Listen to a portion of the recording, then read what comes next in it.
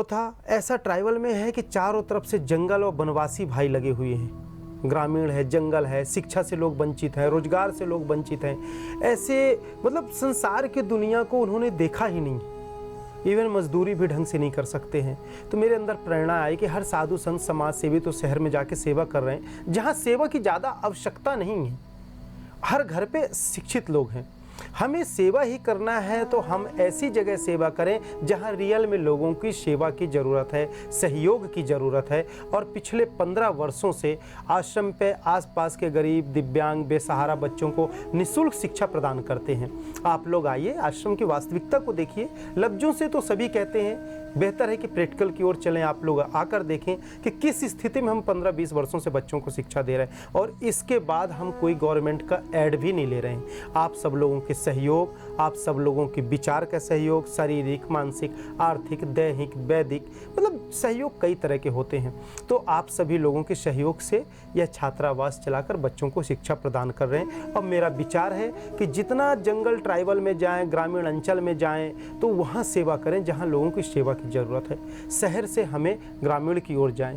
हर ग्रामीण शहर की ओर भाग गया। हमारे प्राकृतिक औषधियाँ, प्राकृतिक खान पान, अब कुछ नहीं रह गया। इसीलिए हर महीने ऐसी 10 बीमारियों पे साइंटिस्ट रिसर्च करती है और 10 बीमारी नए नए पैदा होते हैं, क्योंकि हम प्राकृतिक वातावरण से दूर भाग रहे हैं। और हम आप सब लोगों को प्राकृतिक वातावरण, प्राचीन तपोभूमि की ओर लेकर आना चाहते हैं। वहाँ पर आगामी एक गुरुकुल ध्यान योग केंद्र खोलने का भी विचार चल रहा। अभी छोटा सा गौशाला है, बच्चों को शिक्षा 20 वर्षों से दे रहे हैं। और भी सामाजिक कार्य चल रहा है, जो मेरा नहीं है यह कार्य, यह देशवासी सामाजिक लोगों का और सभी श्रद्धालुओं का है। आश्रम ट्रस्ट है, संस्था है, लोगों के दान सहयोग से आयकर की धारा 80G के तहत कर मुक्त भी है। और ये 10 वर्ष पुराना रजिस्ट्रेशन है।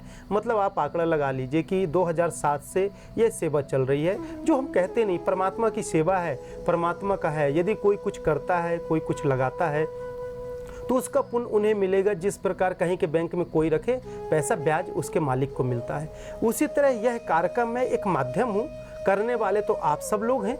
आप लोग करेंगे, उसका पुण्य और लाभ आप लोगों को मिलेगा। और शिक्षा में ही इसलिए करना चाहता हूँ कि समाज का और देश का विकास, प्रथम सर्वांगीण विकास शिक्षा पर निर्भर है। यदि शिक्षा है तो समाज का विकास है, समाज का विकास है तो देश का विकास है। तो देश, राष्ट्र, समाज शिक्षा पर है। तो मैं वृद्धाश्रम के लिए तो खिलाफ हूँ, शिक्षा की ओर चलना चाहता हूँ। क्योंकि वृद्धाश्रम हम खोल के क्या करेंगे? हम उन माताओं पिताओं को, बच्चों को ये शिक्षा दें कि वृद्धों को भगवान तुल्य रखकर घर में रखें। अरे हम बड़े बड़े महल बनाकर, बिल्डिंग बनाकर सारे वृद्धों को क्यों हम अपने पास रखें? वृद्ध तो माँ हमारे भी हैं, आपके भी हैं। तो उनके बच्चों को यह संस्कार दें। यदि हम वृद्ध माताओं को अपने पास रखते हैं तो निश्चित हम उनके बच्चों को कुछ संस्कार दे रहे हैं। हम शिक्षा नहीं दे रहे, इसलिए वृद्धों को रख रहे हैं। क्यों? कि उनके बच्चों को शिक्षा नहीं दे रहे और हमें कह रहे हैं कि हम वृद्धों की सेवा कर रहे हैं। अरे जो बच्चा अपने माँ बाप का सेवा ना करे, वो कैसे संस्कारवान हो सकता है? तो फिर हम कैसे संत हो सकते हैं? हम संस्कारवान का संदेश दे रहे हैं लोगों को। इसलिए सभी दर्शकों से कहूँगा कि वृद्धा आश्रम नहीं, बल्कि घर पे ही वृद्धों को भगवान तुल्य पूजें।